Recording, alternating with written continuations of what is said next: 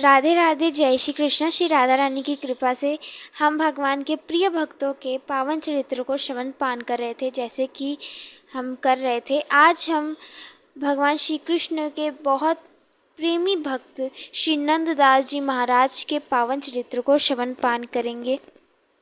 श्री नंददास जी महाराज, जो कि ब्रज के एक महान रसिक संत थे, जो श्री कृष्ण की लीला में, रसमयी लीला में डूबा रहा करते थे। वे श्री कृष्ण के प्रेम में रमे और छके रहा करते थे। श्री नंददास जी महाराज का जन्म 1513 ईस्वी में उत्तर प्रदेश में एटा जिले के पास रामपुर गांव में हुआ था। इनके श्री पिताजी का नाम जीवाराम और इनकी माताश्री का नाम चंपा था। ये शुक्ल ब्राह्मण थे और ये रामपुर ग्राम के निवासी थे। ये कालांतर में श्री नंददास जी वल्लभ संप्रदाय पुष्टि मार्ग के अष्टछाप कवियों में से एक प्रमुख कवि हुए थे।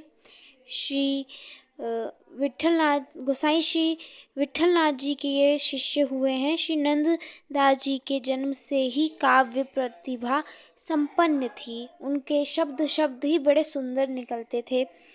श्री नंददास जी काशी में रहकर श्री तुलसीदास जी के संग विद्या अध्ययन करते थे। इनके इष्ट श्री राम थे। श्री नंददास जी को रासलीला देखना बहुत ही प्रिय था। जहाँ भी रासलीला का आयोजन होता था, वहाँ नंददास जी पहले पहुँचे रहते थे और दर्शन करते थे। उन्हें रासलीला बचपन से ही बहुत प्रिय था, जब से वे अध्ययन कर रहे थे। अब वे ब्रज में उनका आगमन कैसे हुआ, ये हम सुनते हैं। तो नंददास जी ने देखा कि जो संत जन है वो एक मंडली बनाकर द्वारिका में श्री रणछोड़ जी का दर्शन करने जा रहे हैं।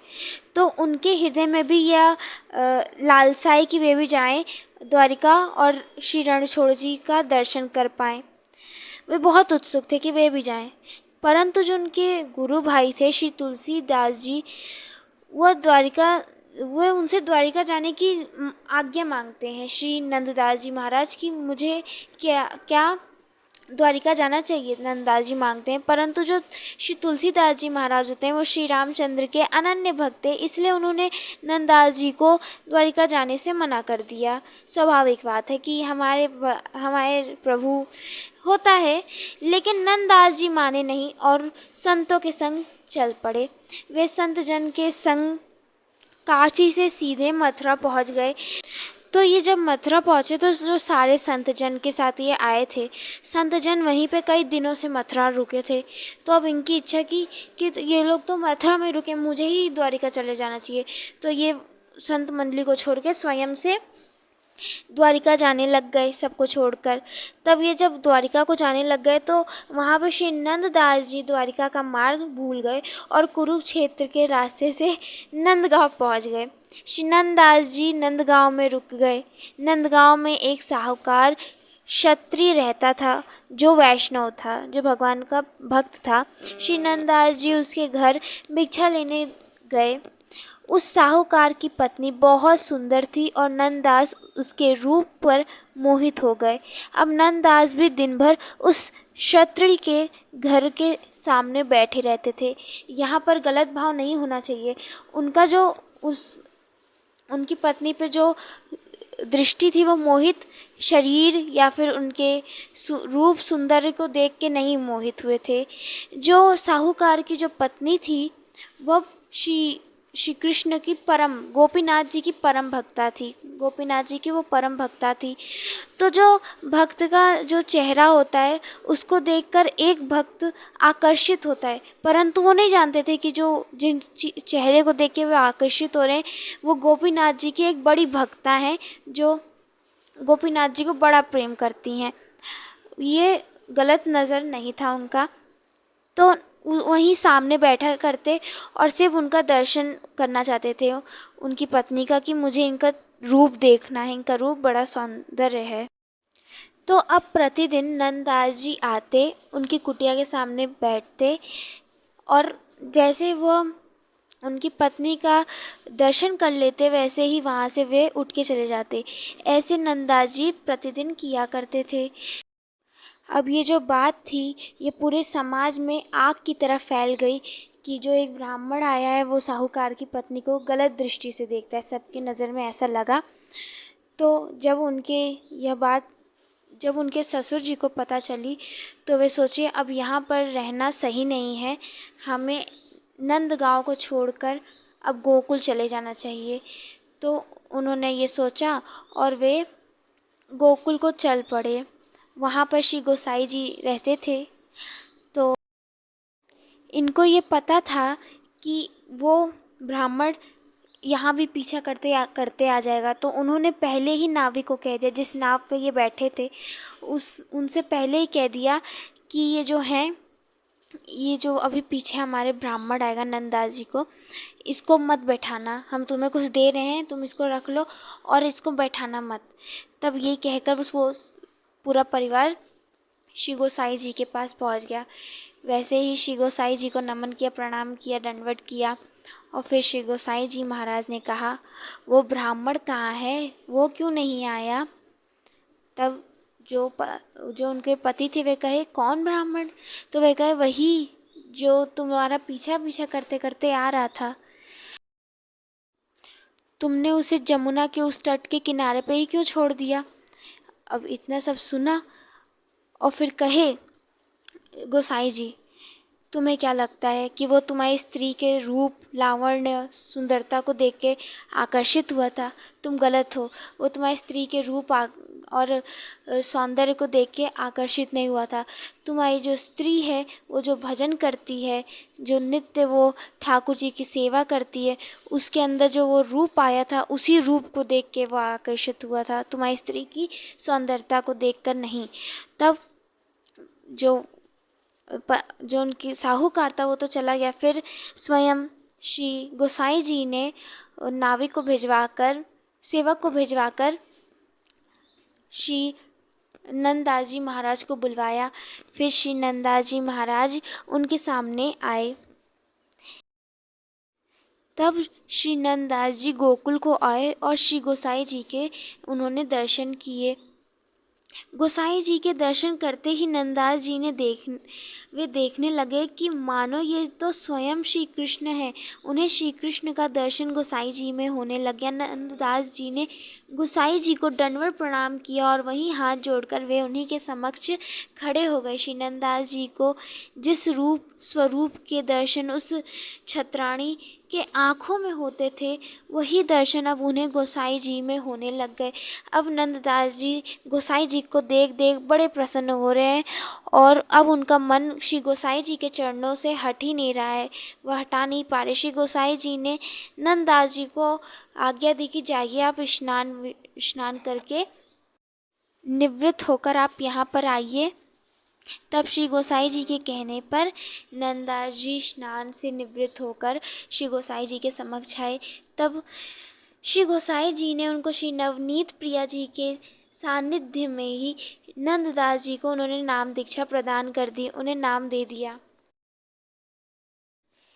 इसके पश्चात श्री गोसाई जी ने भोजन कर सब वैष्णव को महाप्रसाद दिया। श्री नंददास जी भी महाप्रसाद पाने बैठे और जैसे ही उन्होंने अपने मुख में महाप्रसाद का एक निवाला रखा, वैसे ही उनका देहानुसंधान न रहा और वे बैठे बैठे ही भगवान की दिव्य लीलाओं में डूब गए, प्रवेश कर गए। यही तो हाँ हमारे गुरुजनों में, संत जनों में ताकत है कि वह जैसे जिस भक्त पर, जिस दास पर कृपा करना चाहते हैं, एक क्षण नहीं लगाते, तुरंत ही कृपा कर देते हैं। ऐसे ही श्री नंददास जी महाराज पे श्री गोसाई जी महाराज ने कृपा कर दी थी। अब उन्हें लीला स्फुरित होने लग गई और सुबह हो गया, लेकिन श्री नंददास जी अब भी बैठे हैं और लीला में डूबे हैं, मस्त हैं। सुबह श्री गोसाई जी ने देखा कि नंददास जी तो बैठे ही हैं। उन्होंने नंददास जी के कान में कहा, नंददास उठो और दर्शन करो। श्री नंददास जी उठकर खड़े हो गए और श्री गोसाई जी का दर्शन कर पद गाए। प्रात समय श्री वल्लभ सुत को, उठे ही रसना लीजिए नाम। सुबह उठते ही श्री वल्लभाचार्य जी के पुत्र गोसाई श्री विठलनाथ जी के नाम का उच्चारण करना चाहिए, ऐसे उन्होंने पद रचना कर दी। इसके बाद नंददास जी श्री नवनीत प्रिया जी के दर्शन करने गए और दर्शन करते ही श्री कृष्ण की बाल लीला की स्फूर्ति होने लग गई। तब उन्होंने एक और पद बोला, बाल गोपाल ललन को मोद, भरी यशुमति हुलरावत। श्री यशोदा मैया बड़े हर्ष उमंग और प्रेम के साथ भरकर बाल गोपाल को खिला रही हैं, लाड़ लड़ा रही हैं। अब श्री नंददास जी को नित्य भगवान की लीलाओं स्फुरित और उसमें वे डूबे रहते। ऐसे समय बीतता गया। कुछ समय के बाद श्री गोसाई जी नंददास जी को साथ लेकर गोवर्धन पधारे। गोवर्धन महाराज जी के दर्शन कराने के काजे वहाँ गए। श्री नंददास जी ने श्रीनाथ जी के दर्शन किए, जिनका सुंदर रूप देखकर, लावण्य देखकर उन्हें श्री कृष्ण की एक किशोर लीला स्फुरित हो गई और उसमें भी उन्होंने पद की रचना की। उस पद के हम अर्थ श्रवण करते हैं। वन से आते हुए श्री कृष्ण गौरी राग गा रहे हैं। अरे सखी, श्री कृष्ण के सुंदर कमल वदन को तो देखो। ब्रज की गोपियाँ अपने मन में श्री कृष्ण के दर्शन की लालसा लेकर बार बार किसी न किसी बहाने से महाराज नंद एवं यशोदा रानी के घर आ रही हैं। ऐसी उन्हें लीला स्फूर्ति होती थी। इसके बाद श्री नंददास जी ने और बहुत से पद गाए। वे कभी गोवर्धन रहते तो कभी गोकुल रहते तो कभी एवं नित्य ही दिव्य लीलाओं में डूबे रहते। इनको संसार ऐसा फीका लगने लगा, उसके तरफ ये उल्टी दृष्टि करके भी देखते नहीं थे। नंददास जी गोवर्धन और गोकुल के अलावा कहीं भी नहीं जाते थे। वे सदैव श्री महाप्रभु श्री गोसाई जी, गोवर्धन जी, श्री जमुना महारानी और ब्रज भूमि के स्वरूप का चिंतन ही करते रहते। प्रभु के दूसरे धामों में इनकी तनिक भी रुचि नहीं थी, बिल्कुल रुचि नहीं थी। अब सबको पता चल गया। अब श्री नंददास जी ब्रज ही में रहते, ब्रज को छोड़ के कहीं जाते नहीं। श्री नंददास जी ब्रज छोड़कर कहीं नहीं जाते थे। एक दिन उनके बड़े गुरु भाई श्री तुलसीदास जी ने सुना कि नंददास जी श्री गोसाई जी के शिष्य हो चुके हैं, तो उन्होंने सोचा कि नंददास श्री राम को छोड़कर श्री कृष्ण के हो गए। उन्होंने अपना पतिव्रत धर्म का पालन नहीं किया, उन्होंने छोड़ दिया। ऐसा विचार करके श्री तुलसीदास जी ने नंददास जी को एक पत्र लिखा। उन्होंने लिखा, तुमने अपने पतिव्रत धर्म को छोड़कर श्री रामचंद्र के स्थान पर श्री कृष्ण को उपासना करने लगे, ऐसा तुमने क्यों किया?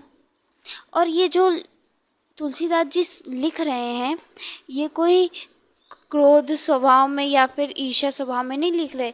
ये विनोद की चर्चा है, तो विनोद ही में श्री नंददास जी भी इसे पढ़ रहे हैं।